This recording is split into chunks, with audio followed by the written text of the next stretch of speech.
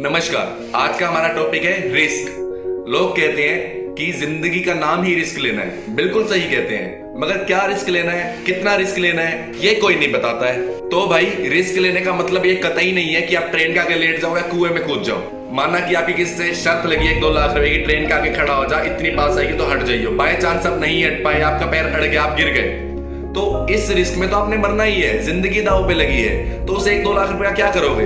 और by chance मान लिया कि आप बच गए, लेकिन टक्कर हो गई, हाथ पैर कट गए, पूरी जिंदगी के लिए अपंग हो गए, तो क्या होगा उस रिस्क से?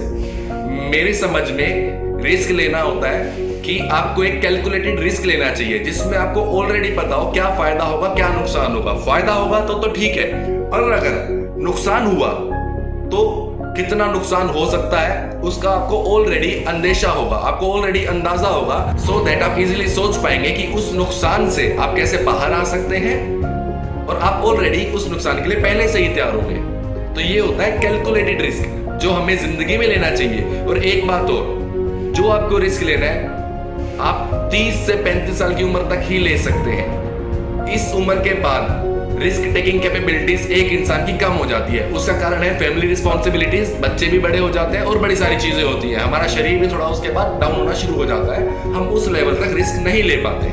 तो रिस्क लेने का ये मतलब नहीं है कि आप अंधाधुंध कहीं भी भाग रहे हो, किसी भी कुएं में कूद रहे हो। कैलकुलेटेड रिस्क लेना है। अब कैलकुलेटेड रिस्क पे ही मैं आपको एक एग्जांपल देता हूं। कुछ दिन पहले मेरा एक दोस्त बोला कि मेरे एक जानकार की फैक्ट्री है, उसका पर लोड पे यानी कि पर 1000 किलो पे 1 लाख से 2 लाख तक का प्रॉफिट आता है। तो वो मेरे को बोल रहा है, तू कस्टमर ला, माल बनवा, मेरी फर्म का बिल काट ले, 100% प्रॉफिट तेरा। तो मेरे को बोला मुझे 4 से 5 लाख रुपए की जरूरत है। मैं बोला क्यों? बोला क्योंकि पहले मुझे माल रेडी करवाना पड़ेगा, कस्टमर रेडी करूंगा, अगर कस्टमर मिलता है तो उसे ऑर्डर देना भी है। तो मैं बोला भाई तेरे पास पैसे ऑलरेडी नहीं है, तो फिर कर्जा उठाएगा, इंटरेस्ट देगा। इससे बेटर ये है कि तू उस जानकार को जाके बोल कि भाई मैं कस्टमर ला के देता हूं, आप मुझे 100% नहीं 50%, 40% प्रॉफिट दे दीजिए। और जब तेरे 4-5-6 ऑर्डर उठ जाए, 50,000 गुणा में 3 लाख रुपए इकट्ठे हो गए, तो अपना प्रोडक्ट बना ले। ये हुआ कैलकुलेटेड रिस्क, जहां पे उसका एक लिमिटेड लॉस है। तो ये है कैलकुलेटेड रिस्क जो मैंने उसे बताया। लेकिन जो वो ले रहा था वो था खामखा का रिस्क, कुछ नहीं पता क्या होगा, पैसे डूब गए तो। लेकिन हाँ, हर जगह कैलकुलेटेड रिस्क नहीं लिए जा सकते हैं। कुछ जगह ऐसी होती है जहां पे आपको अनलिमिटेड रिस्क लेना पड़ता है, और वो जगह है आपके सपने, आपके ड्रीम्स।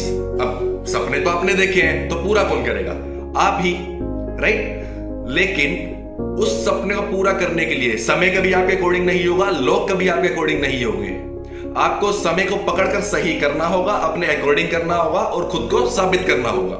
इसीलिए कैलकुलेटेड रिस्क लें। पहले से ही देखें कि अगर मैं ये रिस्क ले रहा हूं तो क्या क्या हो सकता है, अगर ये हो जाता है तो मुझे क्या करना है, और अगर ये हो जाता है तो मैं उस नुकसान से बाहर कैसे आऊंगा। इसी के साथ विदा लेता हूं।